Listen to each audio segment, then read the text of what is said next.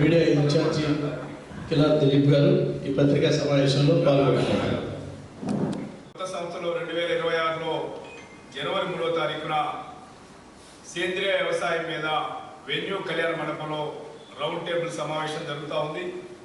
సేంద్రియ వ్యవసాయం మీద భారతదేశం అనేక సంవత్సరాల నుంచి ఈ రసాయనిక ఎరువులు పురుగు మందులు వాడటం వల్ల నేల తల్లి కృషించిపోయి ఆ నేలలో ఉండే మొత్తతో కోల్పోయిన పరిస్థితి ఉంది.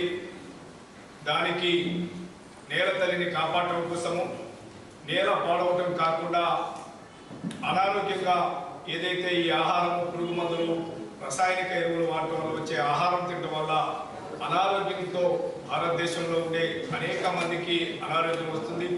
దానికోసం అని చెప్పని సేంద్రియ వ్యవసాయము గో ఆధారిత వ్యవసాయం చేయాలనే ఉద్దేశంతో భారతదేశంలో నరేంద్ర మోడీ గారు కానీ రాష్ట్రంలో చంద్రబాబు నాయుడు గారు కానీ వ్యవసాయాన్ని సేంద్రియ వ్యవసాయం వైపు మలచడం కోసం ప్రయత్నం జరుగుతుంది.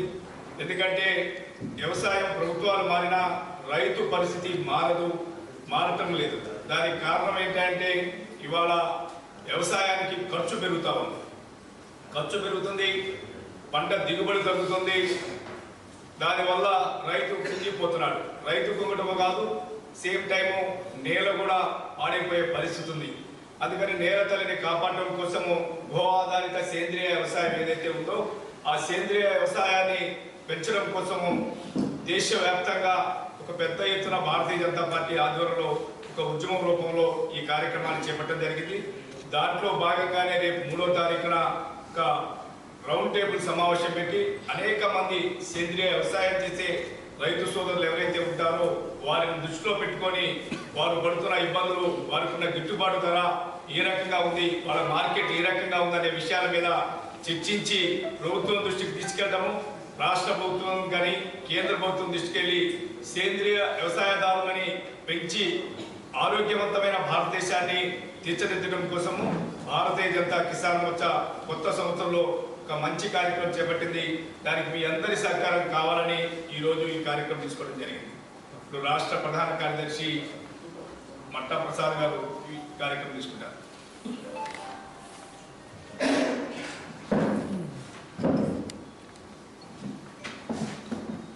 అందరికీ నమస్కారం. మీడియా మిత్రులందరికీ నూతన సంవత్సర శుభాకాంక్షలు. భారతీయ జనతా పార్టీ రాష్ట్ర అధ్యక్షులుగా పివిఎన్ మాధవ్ గారు పార్టీని స్వీకరించిన తర్వాత రాష్ట్రంలోని నలుమూలల సారథ్యం పేరుతో ఒక యాత్ర కొనసాగించి భారతీయ జనతా పార్టీ కార్యకర్తలందరినీ ఉత్సాహపరిచి ఈ పర్యటనలో భాగంగానే సమాజంలో ఉన్న అనేక వర్గాలకు సంబంధించిన ముఖ్య నాయకుల్ని, ప్రాముఖ్యత కలిగిన ప్రాంతాలని, మన సంస్కృతిని ప్రతిబింబించే విషయాల గురించి సమాజానికి తెలియజేసే ఒక ప్రయత్నం చేశారు. ఈ ప్రయాణంలో భాగంగా అనేక విషయాలు సమాజం దృష్టికి తీసుకురావడం. మీరు చూస్తే ఆంధ్రప్రదేశ్ రాష్ట్రంలో భారతీయ జనతా పార్టీ పొత్తులో ఉంది. పరిపాలన ముఖ్యంగా తెలుగుదేశం పార్టీ, జనసేన ముఖ్య బాధ్యతలో ఉండి పరిపాలన సాగుతుంది. పొత్తులో ఉన్నాం కాబట్టి రాజకీయ పార్టీ తన ఎదుగుదలను ఆపుకోలేదు. అలానే ప్రభుత్వాన్ని విమర్శించే కార్యక్రమం కూడా చేయాలి, సద్విమర్శలు చేయాలి, సమస్యలు ప్రభుత్వం దృష్టికి తీసుకురావాలి. సమాజంలో ఉన్న అనేక వర్గాలకి భారతీయ జనతా పార్టీ తన వైపు ఉంది అనే అభిప్రాయం కలిగించాలి.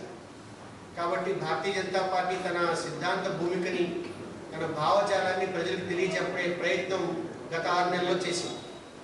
మీరు చూస్తే భారతీయ జనతా పార్టీ ఒక పార్టీగా ఆత్మనిర్భర్ భారత్ గారి సుపరిపాలన దినోత్సవం లాంటి అనేక కార్యక్రమాలు చేసుకుంటూ పార్టీని ముందుకు తీసుకెళ్తూనే ఏదైతే ఈ పార్టీని ముందుకు తీసుకెళ్లే గుర్రాలు, 7 గుర్రాల లాంటి సప్త అశ్వాలు మా పార్టీకి మోర్చాలంటాం. సంబంధిత విభాగాలు, ఈ విభాగాల ద్వారా సమాజంలోని అనేక వర్గాల్లోకి చొచ్చుకుపోయే ప్రయత్నం గత 6-7 నెలల నుంచి జరుగుతుంది. మీరు చూస్తే ఎస్టీ మోర్చా బిర్సా ముండా లాంటి ఒక మహానాయకుడిని ఆంధ్రప్రదేశ్ రాష్ట్రానికి పరిచయం చేసింది. ఓబీసీ మోర్చా సంచార జాతుల్ని ముందుకు తీసుకొస్తూ ఆ జాతుల్లో ఉన్న సమస్యల్ని సమాజం దృష్టికి తీసుకెళ్లే స్ఫూర్తి అనే కార్యక్రమం చేసింది, స్వరం అనే కార్యక్రమాలు చేసింది. దీంతో పాటుగా ఇప్పుడు నూతన సంవత్సరంలో కిసాన్ మోర్చా ఆధ్వర్యంలో సేంద్రీయ వ్యవసాయం గురించి, ప్రకృతికి దగ్గరగా ఉండే వ్యవసాయం గురించి, సమాజం ముందుకు రావాలి, భారతదేశ ప్రాచీన వ్యవసాయ పద్ధతిని మళ్ళీ ఇంకొకసారి భుజానికి ఎత్తుకుని ఈ రసాయనాల నుంచి దూరంగా ఉండే వ్యవసాయం చేయాలని నరేంద్ర మోడీ గారు ఇచ్చిన పిలుపు మేరకు రాష్ట్రంలో అనేక ప్రయత్నాలు జరుగుతూ ఉన్నాయి.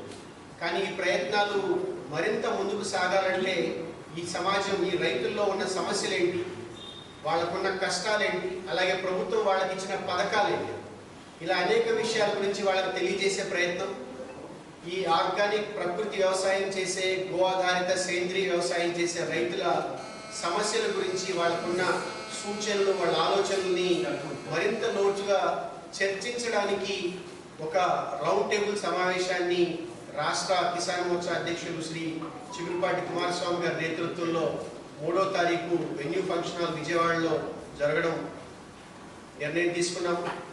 మీడియా సమక్షంలో పత్రికా సోదరులందరి ద్వారా ఈ రాష్ట్రంలో ఉన్న అందరూ సేంద్రీయ వ్యవసాయం చేసే రైతులందరికీ మా విన్నపం, దయచేసి రౌండ్ టేబుల్ సమావేశంలో అందరూ పాల్గొని ఈ కార్యక్రమాన్ని ముందుకు తీసుకెళ్లే ప్రయత్నం ఏదైతే భారతీయ జనతా పార్టీ కిసాన్ మోర్చా ఆధ్వర్యంలో జరుగుతుందో దీన్ని విజయవంతం చేసి రాబోయే రోజుల్లో సేంద్రీయ వ్యవసాయాన్ని మన జీవన విధానంగా మార్చి రైతుని లాభాల్లోకి తీసుకురావడము, అలాగే ప్రజల ఆరోగ్యాన్ని ఈ కెమికల్స్ నుంచి కాపాడి ప్రజల్ని ప్రకృతికి దగ్గరగా తీసుకెళ్లే ప్రయత్నంలో అందరూ భాగస్వాములు అవుతారని ముందుగా ఈ కార్యక్రమం చేపట్టినందుకు కిసాన్ మోర్చాకి మనస్ఫూర్తిగా అభినందనలు తెలియజేసుకుంటూ మీ ద్వారా ఆర్గానిక్ వ్యవసాయం చేసే ప్రతి రైతుని ఈ సమావేశానికి ఆహ్వానించడం జరుగుతుంది.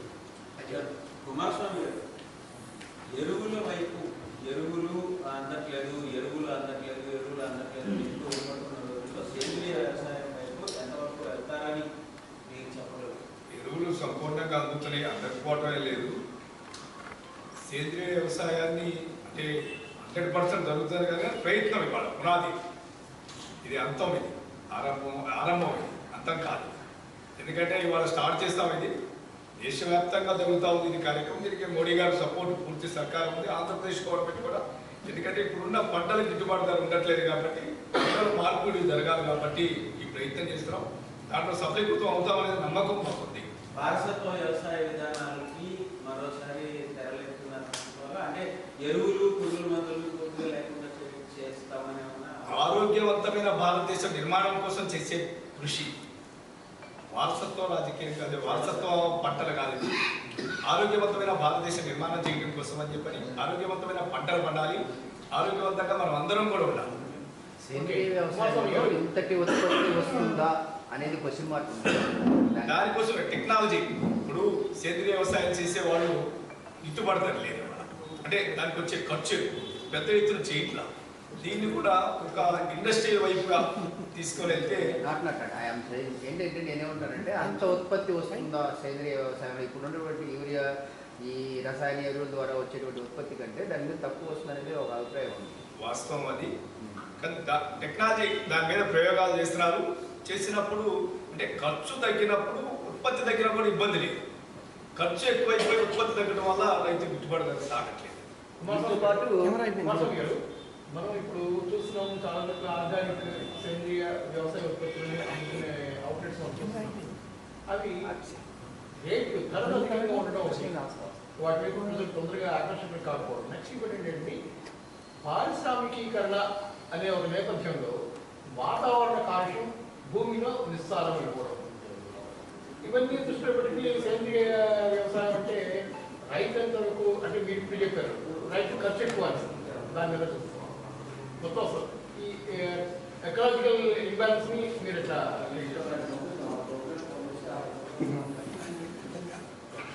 ముందుగా కుమారస్వామి గారు చెప్పినట్టుగా ఇది ప్రయాణానికి మొదలు. సేంద్రీయ వ్యవసాయం చేయడం ద్వారా దిగుబడి తక్కువ వస్తుంది, ధర అధికంగా ఉంటుంది. ఈ సమస్యలన్నీ రాష్ట్రంలో, దేశంలో అందరికీ తెలుసు.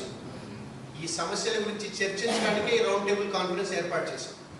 ఈ సమస్యలు ఎంత ఎక్కువగా అనుభవించిన రైతులు, దీనికి పరిష్కారం చూపించడానికి సామర్థ్యం ఉన్న శాస్త్రవేత్తలు, అలాగే దీన్ని ఒక ఒక పాలసీ డెసిషన్ తీసుకోగలిగిన రాజకీయ నాయకులు. వీళ్ళందరినీ ఒక వేదిక మీదకి తీసుకొచ్చి ప్రజలకు ఎమికబుల్గా ఉండే, ప్రకృతికి దగ్గరగా వెళ్ళే, పారిశ్రామికీకరణ వల్ల భూమి నాశనం తక్కువ అయ్యేలాగా, ఉత్పత్తి ధర తగ్గేలాగా, ఉత్పత్తి పెరిగేలాగా చేయడానికి మనం ఏం చేయాలనే నిర్ణయం తీసుకోవడానికి, దాని ఆలోచనలన్నింటినీ క్రోడీకరించడానికే ఈ రౌండ్ టేబుల్ కాన్ఫరెన్స్ ఏర్పాటు చేస్తుంది. హైబ్రిడింగ్ కూడా మనం వ్యతిరేకిస్తున్నాం నీళ్ళ భాగంగా.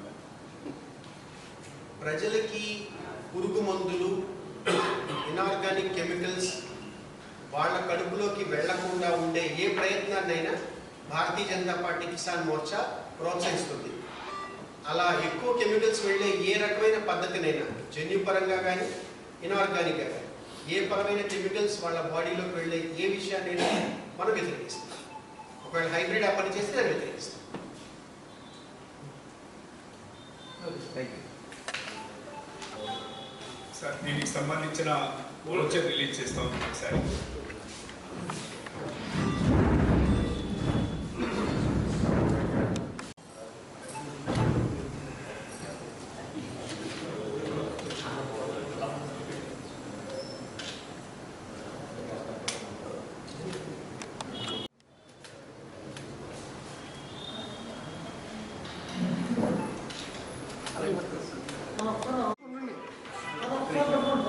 అంత ఈజీగా కలగకుండా